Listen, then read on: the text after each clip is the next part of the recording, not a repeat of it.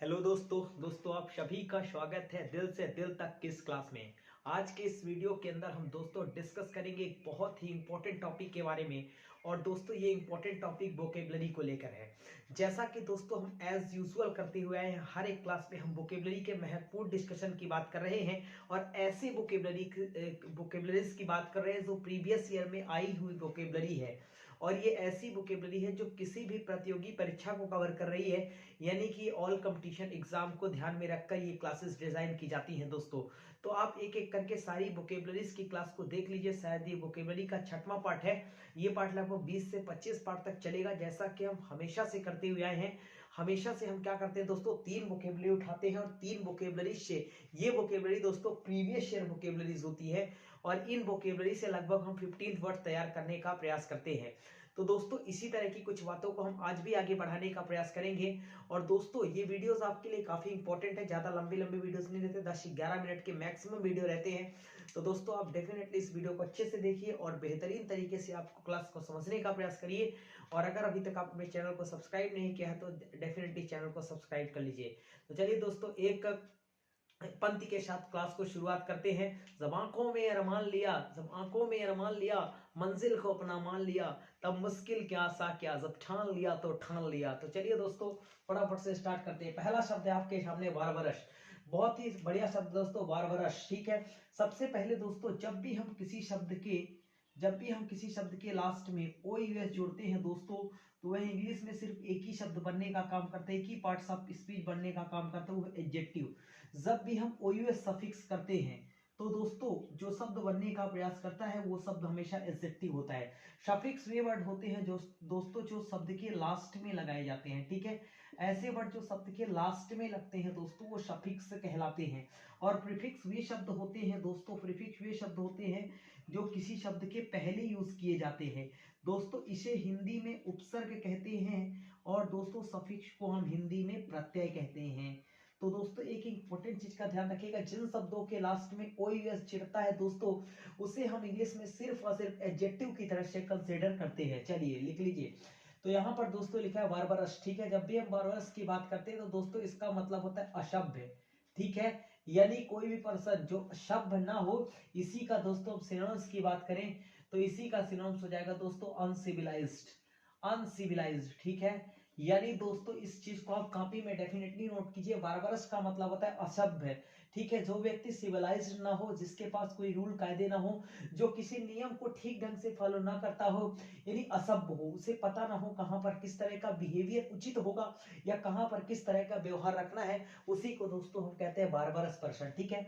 तो बारबरस का मतलब हुआ असभ्य, अनसिविलाइज्ड। चलिए इस चीज को आप कॉपी में फटाफट से नोट करिए, किसी प्रकार की दिक्कत नहीं है। चलिए अब दोस्तों इसी को आप लिख सकते हैं सैवेज। सैवेज भी दोस्तों इसका आप सिनोनिम्स लिख सकते हैं, चाहे आप अनसिविलाइज्ड लिख दे चाहे आप सैवेज लिख दे।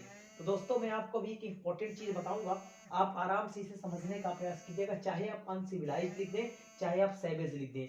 चलिए दोस्तों एक इंपॉर्टेंट बात बताता हूँ, जब भी किसी शब्द के पहले दोस्तों अन जुड़ता है तो ये जो अन होता है ना दोस्तों, ये किसी भी मीनिंग को नॉट बनाता है, यानी ये किसी भी मीनिंग को दोस्तों निगेटिव में कन्वर्ट करता है, ठीक है। चलिए लिख लीजिए। जैसे मैंने दोस्तों लिखा एक्टिव, अब आपने एक्टिव लिखा, एक्टिव का आपने या तो इन कर दिया या अन कर दिया, ठीक है। तो वैसे एक्टिव का तो बेसिकली इनएक्टिव ही होता है। जैसे मान लीजिए मैं लिखता हूं सक्सेसफुल का सक्सेसफुल, ठीक है, सक्सेसफुल। अब सक्सेसफुल का अनसक्सेसफुल लिख दूं दोस्तों तो अन क्या हो जाएगा, अन निगेटिव बनाएगा, यानी जो कोई व्यक्ति सफल ना हो, असफल जो हो जाए तो उसे अनसक्सेसफुल कहते हैं, ठीक है। तो अन किसी भी शब्द को निगेटिव बनाता है। इसी तरह इन भी 2 मीनिंग तैयार करता है, या तो इनसाइड का और या तो दोस्तों नॉट का। इसी तरह से इन भी 2 मीनिंग तैयार करता है, या तो कोई चीज अंदर हो या फिर निगेटिविटी नॉट को दर्शाता है, लेकिन अन एक ऐसा शब्द है जो नॉट को दर्शाता है। चलिए तो आपने इसका सिनोनिम्स आराम से लिखा होगा और इससे कॉपी में नोट करिए, स्क्रीनशॉट लीजिए, मैं इसको हटाता हूँ। एक एक वर्ड को कॉपी में आप नोट कीजिएगा, बहुत ज्यादा इंपॉर्टेंट दोस्तों ये बन सकता है। चलिए अब दोस्तों मैं लिख देता हूं आगे, आगे लिख देता हूं दोस्तों इसका अपोजिट। दोस्तों इसका अपोजिट आप लिख सकते हैं ह्यूमन, ठीक है। आप इसका अपोजिट ह्यूमन लिख दें या कल्चर्ड लिख दें। अनकल्चर्ड का या अनसिविलाइज्ड का कल्चर्ड ही होगा, तो ह्यूमन लिख दे। दोस्तों 2 शब्द होते हैं, आराम से सुनिएगा। एक शब्द होता है दोस्तों ह्यूमन, ह्यूमन का मतलब तो आप परिचित होंगे, मानव, ठीक है। और दोस्तों ह्यूमेन का मतलब आपको पता होना चाहिए, ह्यूमेन का मतलब होता है शब्द, ठीक है। ह्यूमेन का मतलब हुआ शब्द और ह्यूमन का मतलब हुआ दोस्तों मानव। तो एक शब्द का मात्र अंतर है और मीनिंग पूरी तरह से अलग है। चलिए अब दोस्तों अगला इंपॉर्टेंट शब्द आपके सामने है बेनेवोलेंस। बेनेवोलेंस एक बहुत ही अच्छा शब्द है। मैं आपको इंपॉर्टेंट चीज यहाँ पर एक बताना चाहूंगा दोस्तों, आप लिख लीजिए। चलिए आप लिख लीजिए दोस्तों बेनेवोलेंस के बारे में। देखिए दोस्तों मैं आपको बता देता हूं, बेनी एक ऐसा शब्द है जो कहीं पर भी जुड़ता है तो इसका मीनिंग होता है दोस्तों गुड से संबंधित, ठीक है। इसी प्रकार दोस्तों एक शब्द है मैल।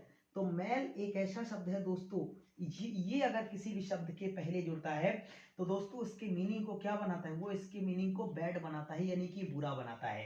तो इन दो शब्दों को पहले आप कॉपी में नोट करिए, ठीक है। अगर बेनी किसी शब्द के पहले जुड़ता है या कहीं पर भी जुड़ता है, बेनी जुड़ा हो तो उसका मतलब गुड से संबंधित यानी कि अच्छे से संबंधित होगा। और मेल कहीं पर भी अगर जुड़ा हो या मैल जुड़ा हो तो वो हमेशा दोस्तों क्या करेगा, बैड को रिप्रेजेंट करने का काम करेगा। तो इस चीज को आप कॉपी में नोट कर लीजिए, किसी प्रकार की दिक्कत आपको आनी नहीं चाहिए। चलिए यहां तक आपने लिख लिया दोस्तों। चलिए अब दोस्तों हम आगे बात को बढ़ाते हैं, थोड़ा सा हम इसकी बात करते हैं।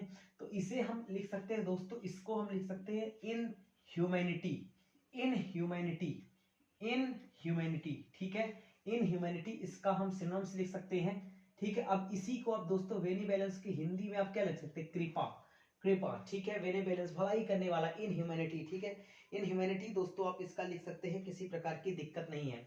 आप इसका इन ह्यूमैनिटी लिख दे। अब भलाई करने वाला, अब इसी को अगर हम कहें तो मैल वोलेंस लिख दे, तो मैल वोलेंस। तो एक चीज मैं आपको समझा देता हूं दोस्तों, अगर मैं इसकी बात करता हूं इन शब्दों को, इन ह्यूमैनिटी या मैल वोलेंस, तो दोस्तों देखिए मैल का अर्थ हुआ अपोजिट, इन ह्यूमैनिटी का मतलब जो ह्यूमैनिटी को ना दिखाए, तो सीधा सा मतलब ये इसके अपोजिट हो जाएंगे, ठीक है। ये इसके क्या हो जाएंगे, इसके अपोजिट हो जाएंगे, ठीक है। तो एक अपोजिट इसका होगा इन ह्यूमैनिटी और एक अपोजिट होगा दोस्तों इसका मैल वोलेंस, ठीक है। मैल का अर्थ होता है बैड या फिर बुरा, ठीक है। चलिए एक और इंपॉर्टेंट बात नोट करिए, जिन शब्दों के लास्ट में ई एन सी जुड़ता है दोस्तों वह इंग्लिश में सिर्फ और सिर्फ नाउन बनने का काम करता है। और कौन सा नाउन, एब्स्ट्रैक्ट नाउन, कौन सा नाउन, एब्स्ट्रैक्ट नाउन। चलिए तो इसका आप सिनोनिम्स तैयार कर लीजिए। इसका सिनोनिम्स हो जाएगा दोस्तों ह्यूमैनिटी, ह्यूमैनिटी, या इसी को हम कह सकते हैं जेनरोसिटी, इसी को हम कह सकते हैं जेनरोसिटी। ह्यूमैनिटी और जेनरोसिटी ये इसके दोस्तों क्या हो जाएंगे, ये इसके हो जाएंगे दोस्तों सिनोनिम्स। तो फटाफट से आप नोट कर सकते हैं, ह्यूमैनिटी या जेनरोसिटी। चलिए बहुत बढ़िया, बेनेवोलेंस का मतलब भी हमने समझ लिया और इसके अपोजिट भी हमने तय किया दोस्तों। ये अपोजिट है ऊपर वाले, ध्यान रखिएगा, ये इसके सिनोनिम्स है, ठीक है। चलिए अब विवक्षिक, विवक्षिक का मतलब होता है दोस्तों किसी चीज के किसी को मोहित करने वाला या मन को मोहित करने वाला जो होता है वो विवक्षिक कहलाता है। चलिए लिख लीजिए विवक्षिक, तो लिख लीजिए मोहित करने वाला। इसके सिनोनिम्स की बात कर लूं दोस्तों तो ये होता है फैसिनेटिंग, फैसिनेटिंग बढ़िया शब्द है, फैसिनेटिंग बढ़िया शब्द है, ठीक है। इसका सिनोनिम्स हो जाएगा दोस्तों फैसिनेटिंग, ठीक है। मोहित करने वाला यानी मन को मोहने वाला, मोहित करने वाला, ठीक है। इसी को दोस्तों बेविचिंग कहे। मैजिकल भी आप इसको कह सकते हैं, मैजिकल में भी कोई दिक्कत नहीं है, चाहे आप फैसिनेटिंग कह दें चाहे आप मैजिकल कह दें, दोनों ही शब्द ठीक है, अपने हिसाब से दोनों ही शब्द ठीक है। चलिए बहुत बढ़िया, ठीक है। चलिए अपोजिट की तरफ चलते हैं, रिपंडेंट, रिपनगेंट, ठीक है। रिपंडेंट इसका क्या हो जाएगा दोस्तों, ये इसका अपोजिट हो जाएगा। चलिए रिपंडेंट इसका अपोजिट लिख लीजिए, ठीक है। बहुत बढ़िया, थोड़ा यहाँ पर स्पेलिंग मिस्टेक है तो इसको आप ठीक कर लीजिएगा, रिपंडेंट है ये इसका, ठीक है। चलिए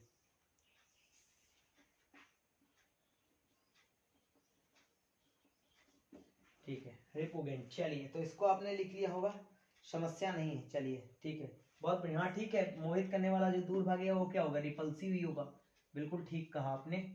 चलिए वो रिपल्सिव ही होगा। चलिए बहुत बढ़िया।